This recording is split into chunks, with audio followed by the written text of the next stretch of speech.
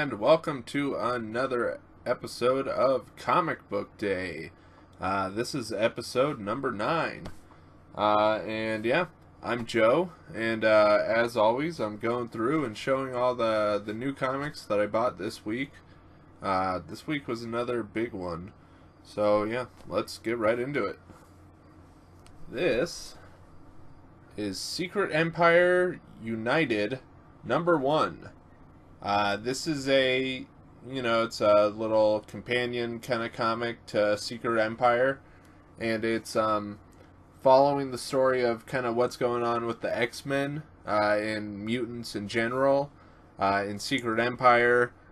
I think it was it might have been in the last issue of Captain America.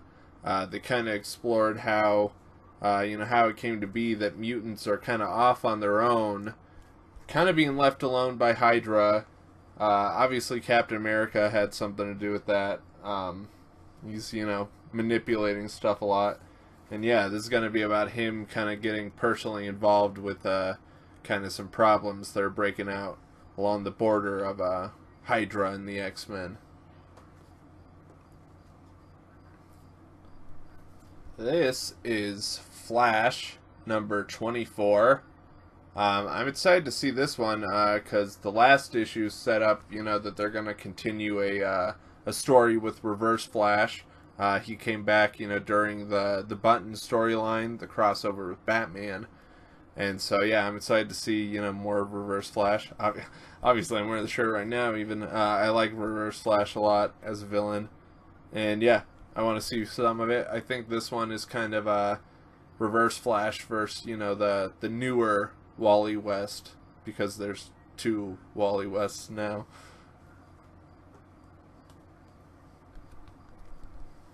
This is Dark Days The Forge number 1.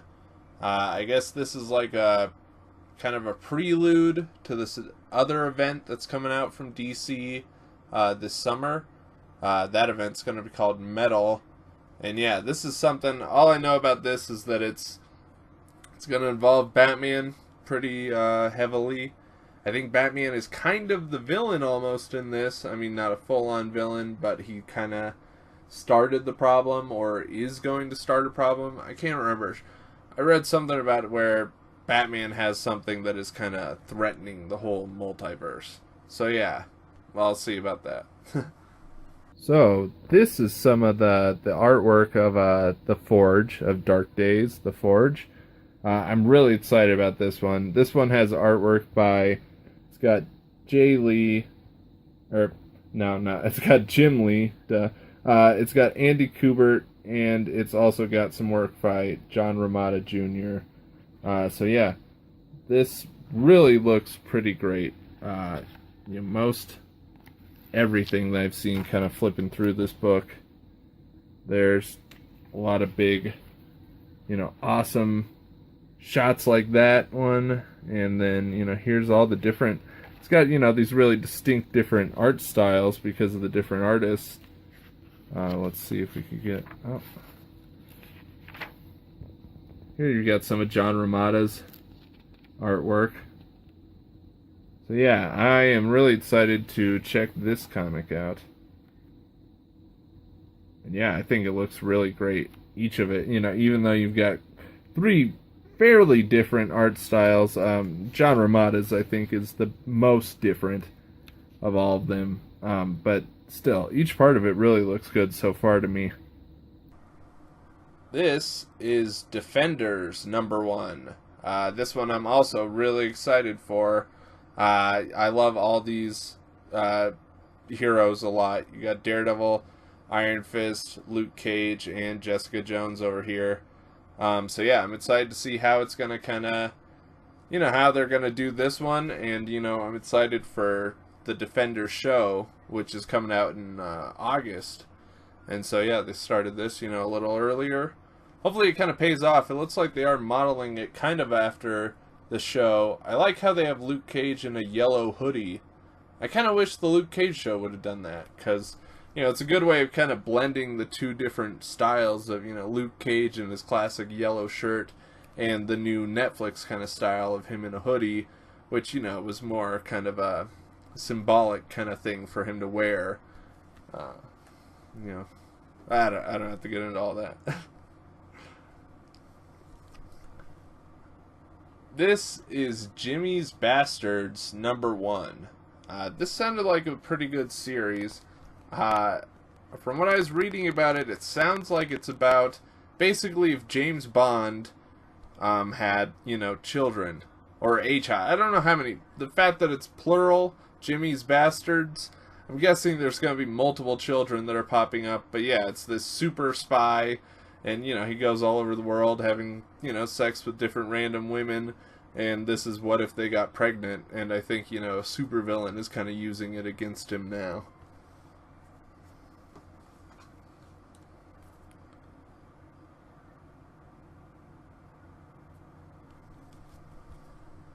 This is Martian Manhunter, Marvin the Martian #1. DC, I think just all summer long, is doing these kind of Looney Tunes crossovers with their superheroes. Yeah, this one seemed funny. The idea of... I love Martian Manhunter a lot, and Marvin the Martian, I think everyone kind of likes Marvin the Martian. He's not my favorite character, like I know, there's a lot of people where they really love him. But this one seems like it's going to be really funny. It'll be interesting to see, the last Martian, not Marvin the Martian. Maybe Marvin the Martian was supposed to be the last Martian, but Martian Manhunter definitely is. And yeah, he has to, fight this other Martian that was newly discovered, and he kind of has to grapple with that feeling.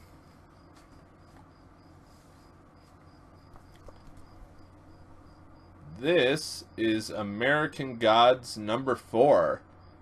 So far, I've really started to enjoy the story more. The last issue was definitely, weird. And this one, from the cover of it, seems like it's going to be really weird also. I really love this cover. Every little kind of detail, almost everything in it, on this side is a monster. And even the car is kind of, all crazy on this one side. Yeah, I think this has been pretty good, though, so far. I didn't ever read the book, but it seems like it's going at probably about the same pace as the book. So, it's kind of like a 2-for-1. I get the book and the comic now. Here is some of the artwork from American Gods #4. This kind of, a little bit closer look at that picture, the cover, I mean. Yeah, I really like this cover a lot. They usually had 2 different covers.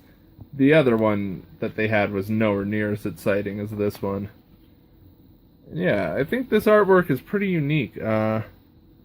Really I haven't read a lot of comics, at least, that have this kind of style. It's very, I don't know, it's kind of a simple, there's not too many design, they don't go too much out of their way to be too realistic looking. But there's some pretty sweet little features that, are in this. This has been a weird comic. I think if you know anything kind of Neil Gaiman. Can't remember the right way to say his name now.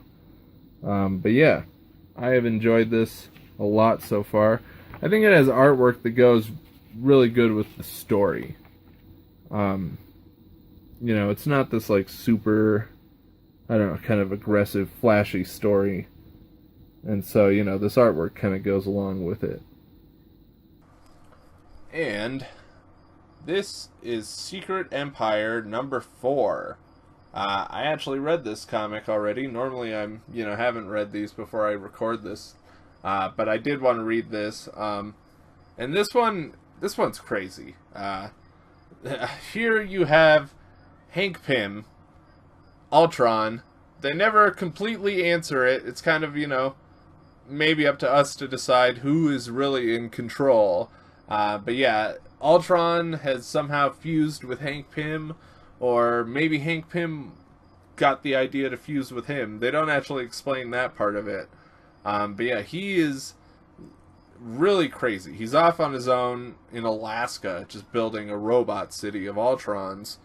And I was a little disappointed because I haven't read a lot of stuff with Ultron, but Ultron in this seemed to be based a lot off the movie version of Ultron, which was nothing like what I had read of Ultron, you know, what little I had read before I read that or watched that movie.